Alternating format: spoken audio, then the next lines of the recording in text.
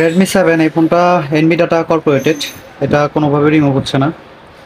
তো এটা কীভাবে রিমুভ করা যায় এটার প্রপারলি সলিউশন আমি আপনাদেরকে দেবো। এটা অলরেডি কাজ করা হয়েছে, রিমুভের যে কাজটা সেটা করা হয়েছে। আমি আপনাদেরকে যদি একটু দেখাই, এটা এইভাবে কাজ করলে রিমুভ হয়ে যায়।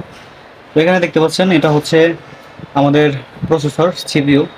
সিপিইউর পাশেই ঠিক এখানে দেখতে পাচ্ছেন এই যে রেজিস্টার লাগানো আছে কিছু। তো এটা হলো 1 নম্বর বাদ দিয়ে 2 নম্বর 3 নম্বরটা হলে রিমুভ করে দিতে হবে। রিমুভ করে দিলেই এই এনভি ডাটা কর্পোরেটটা প্রবলেম সমাধান হয়ে যাবে। বাট এটার ব্যাপারটা একটু আলাদা।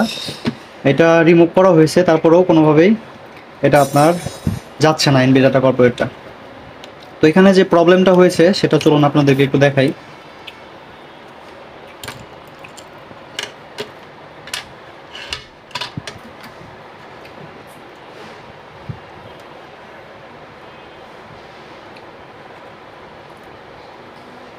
আচ্ছা,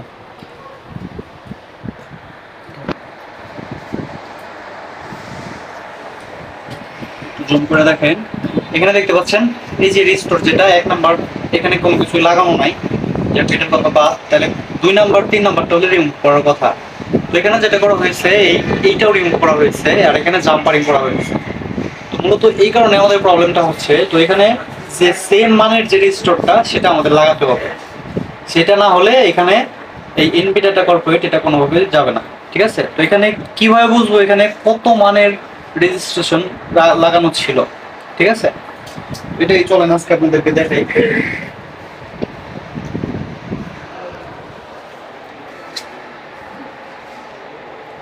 এই জন্য আমরা বর্ণীয় যে ডায়াগ্রাম এটা আমরা ওপেন করে নিব। ওপেন করে নেওয়ার পরে আমাদের যে এটা হচ্ছে আমাদের 1 নাম্বার, 2 নাম্বার, 3 নাম্বার, এই 4 নাম্বারটা হলো আমাদের মিসিং। 4 নাম্বার এটা আমরা কপি করব। এটা হলো R0724, R0724। এখানে আমরা লিখব R0724। ঠিক আছে, ইন্টার করে দিব। আচ্ছা, আরটা বড় হাতের দিই।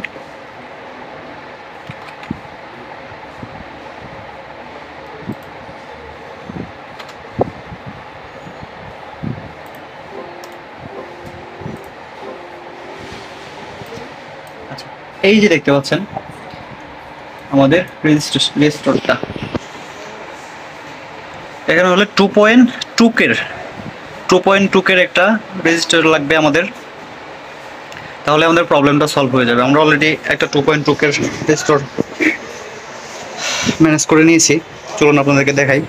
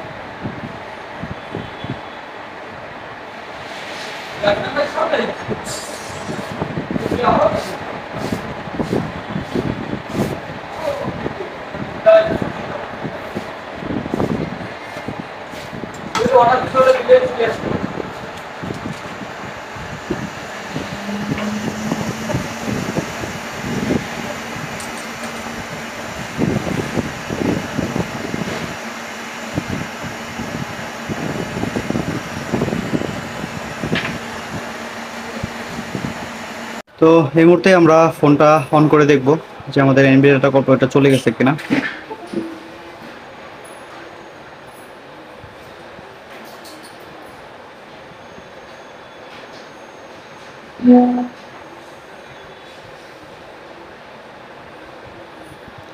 তো দেখতে পাচ্ছেন এখানে লোডিং চলে আসছে।